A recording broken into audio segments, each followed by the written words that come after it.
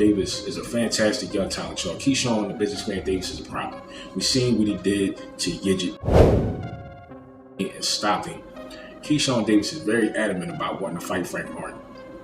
Not only he believes that he can beat Frank Martin, but he believes that he can get the better of Frank Martin. And Frank Martin ain't no joke, man. You know what I mean? Fantastic young talent, man. You know what I'm saying? Southpaw, got skills, 17-0, undefeated with 12 knockouts. And Keyshawn Davis, 8 fights in with 6 knockouts. But in my opinion, it really doesn't matter how many fights you got. The only thing that matters is the fight that you got. And if you have the will to fight anybody they put in front of you. And that's Keyshawn Davis. And he feels as though at this point, he's ready and he can fight Frank Martin.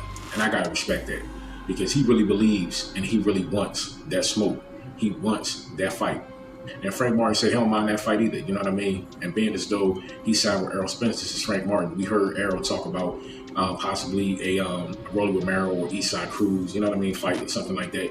And Eastside Cruz, I mean, fantastic young talent. Rolly Romero, I believe that that's not going to be a hard fight for Frank Martin. I think an Eastside Cruz fight will be a more difficult fight than a Rolly Romero fight. Although Rolly is strong, I mean, he's not a better boxer. We've seen what happens when you put Rolly in the ring with somebody who has superior boxing skills. He's going to get lit up, you know what I mean? I mean, you can't always depend on that power. You have to have some skills. And people say what they want about Deontay Wilder, you know what I mean? But Deontay Wilder, I mean, he can box. He may not be the greatest fighter or the greatest boxer, but he does have some good quality. Deontay Wilder is a fantastic talent. Say what you want, but he's going down in the Boxing Hall of Fame. And Keyshawn Davis, Frank Martin, these guys, they want their shot at greatness. And being as though these are 2 prospects / contenders, all depending upon how you cut them up and you look at it, they want that next shot. And at the top of the game right now, you have your Gervonta Tank Davises, your Ryan Garcias, your Devin Haney's, Shakur Stevensons, you know what I mean, Loma. And these guys are coming up. And eventually they are going to get their spot. They're that talented, especially Keyshawn Davis. Former silver medalist, you know what I mean? Like, Bob Arum, say what you want, man. He's one of the greatest promoters of all times. And Bob, he knows talent. And he believes in Keyshawn Davis's talent. I believe in Keyshawn's talent. And I believe that when he fights, and if he fights Frank Martin, not only is that going to be a hell of a fight, but I truly believe that he can do exactly what he said he's going to do. And he said it's not going to be no draw. You know what I mean? He believes that he can go in there and possibly dominate a Frank Martin, which I don't think that'll be an easy task, but he has the skill, more importantly, the will and the want to do so. It's one thing when you're willing to fight what they put in front of you, but when it comes to skill and when it comes to ability and drive that the personal fighter has against that opponent, in my opinion, that could be the difference. And Keyshawn Davis, he wants that fight. Keyshawn Davis, he believes that he has the ability to get the job done. And Frank Martin, I believe that he wants that fight because I don't think that he'll back down from the challenge. But I believe that he may move how Errol Spence chooses to move him. I don't think that he may see himself at the point where he can dictate his career. He can say, I want to fight this person, and Errol's going to make it happen. I mean, Errol is new to the promotional aspect of the game. Keyshawn Davis, as I said, he's being brought up by Bob Arum. And I believe that if Keyshawn Davis, if he tells Bob Arum he wants to fight Frank Martin, I believe that Bob Arum believes in Keyshawn Davis's skill set enough to make that fight happen. And that's all the difference. And Keyshawn Davis said it himself. I feel as though possibly you give me 2 more fights and I'll be ready to fight anybody. That's anybody at 35, 40, 30, whatever. I'll be ready to fight anybody. But if there's one thing that I know, this is Keyshawn Davis. He knows that he's ready for that Frank Martin fight right now. He also went on to say between the 2, I'm the bigger draw. People want to see me fight. People want to see me fight. And when Keyshawn Davis fights, you know what I mean? Like, people are watching, you know what I mean? Because they know it's going to be a great fight because he's a great young talent. He's 24 years old. Frank Martin is 28 years old. So although he's the younger of the 2 competitors, he feels as though he's mature enough, not only mentally, but also in skill set to get the job done. And I got to respect that. Now, when you're talking about key fights, I just got finished talking about this with Devin Haney. Although he has some good fights in his career, the fight with Vasily Lomachenko, that is a signature fight. That is going to be that fight. When people look at your record, when they look at your dossier, they're going to say, okay, he fought Lomachenko, he beat Lomachenko. Same thing with Teofimo Lopez. Yes, he fought some good competitors, but when he fought Lomachenko, that elevated him to a different plateau. The same thing with Devin Haney. Once he beats Lomachenko, he could possibly retire Lomachenko. That's the kind of skill set that Devin Haney has. And I know that's the mindset that he has. He not only wants to beat Loma, but he wants to retire Lomachenko. He wants to show the world that, you know what, his time is done and my time is now. And right now, Devin Haney is undisputed. Yes, as far as fanfare, Gervonta Tank Davis, he may be the fan favorite, and who knows, the bettor's favorite in the division. But as far as hardware, you cannot dispute the undisputed, which is Devin Haney. Shakur Stevenson also being at the weight now. We've seen his performance against Yoshino. He came into the division guns blazing. You know what I mean? Phenomenal stoppage, but phenomenal performance for Shakur Stevenson. And Shakur Stevenson and Keyshawn Davis, these two dudes is like brothers. You know what I mean? Like, I believe I got a picture of Shakur Stevenson, Keyshawn Davis, and Terrence Bud Crawford. Like, these three guys are, as they say, still sharpen stills.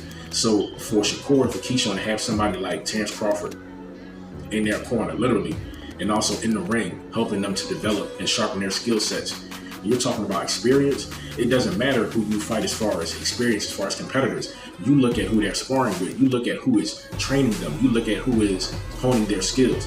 And for Bomac and company, namely Terrence Crawford, sharpening these two guys' skills, come on, it don't get no better than that. Pound for pound, the best fighter in the world, Terrence Bud Crawford, is basically in the ring sparring these two young guys. So for Terrence Crawford to prepare for anybody, and he's fighting two superior talents like Shakur Stevenson and Keyshawn Davis, Terrence Crawford is going to be ready for anybody.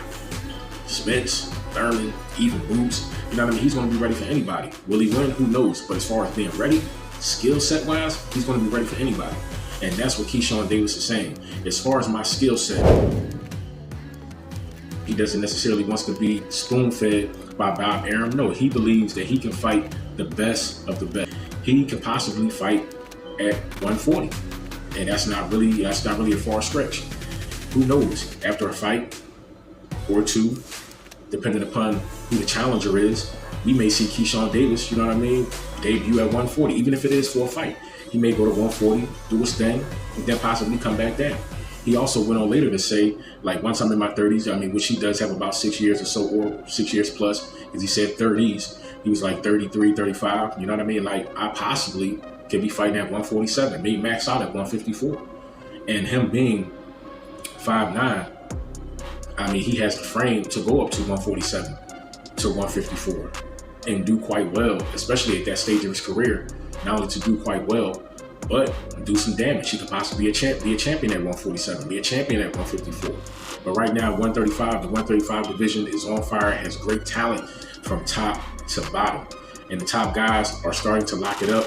And between Davis and Garcia, whoever wins that fight could possibly see the winner of Haney versus Loma. They could possibly get a shot at being undisputed. Just imagine if you see Gervonta Davis finally face Devin Haney. That'd be a fantastic fight. They've already said in the past they want that fight. And this is a great jumping board for Davis and Garcia, whoever wins that fight, to possibly face the winner of Haney versus Loma.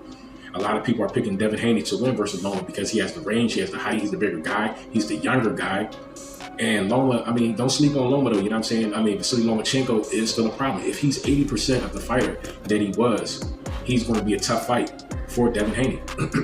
I mean, Loma has the best footwork, or had the best footwork in boxing. His last performance was a bit subpar. A lot of people looked at him and thought that maybe he, you know what I mean, he lost a step, no pun intended.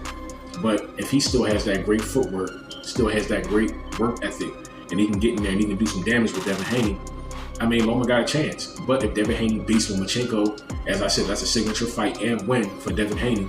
And he's going to go on to fight another huge fight, and that could be with Tank Davis and Ryan Garcia, whoever wins that fight.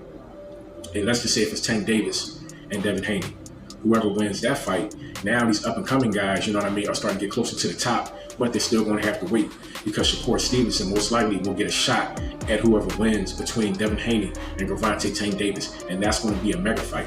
So in the next 2 years, give or take, you know what I mean, it's going to be some very explosive fights going down in the lightweight division. So I would say in about 2 years to 3 years, Keyshawn Davis and Frank Martin are going to be in that top 5, depending upon how their career goes and depending if they not only stay winning, but also who they fight. That's why I believe the fight between these two guys are competitive. Excuse me, not only competitive, but it's important because it's going to really set up and begin to, you know what I mean, lay those breadcrumbs, you know what I mean, to where they want to fall in the near future. That's why this fight is important between Keyshawn Davis and Frank the Ghost Martin.